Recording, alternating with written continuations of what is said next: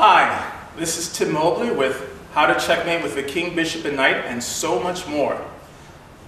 Today we're going to go over the names of the pieces and the piece point system. So this one is called a pawn. Now the pawn normally goes up here, so I'll put it up here for now. So how many points is a pawn worth? 1 point. This is called the knight. How many points is the knight worth? That's right, 3 points. This one's called the bishop. How many points is the bishop worth? 3.5. I'll accept 3, but in general you want to say 3.5. So it's a little bit more than a knight. And this one is the rook.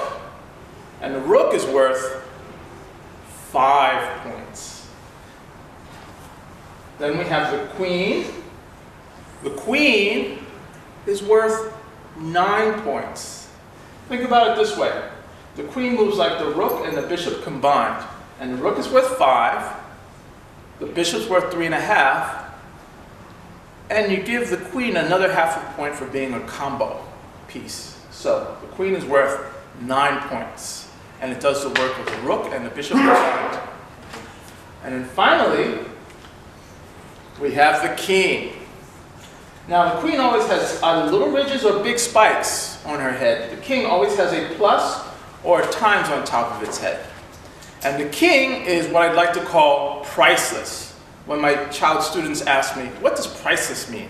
I say, imagine if your parents sold their place, they'd get $1 gazillion for it.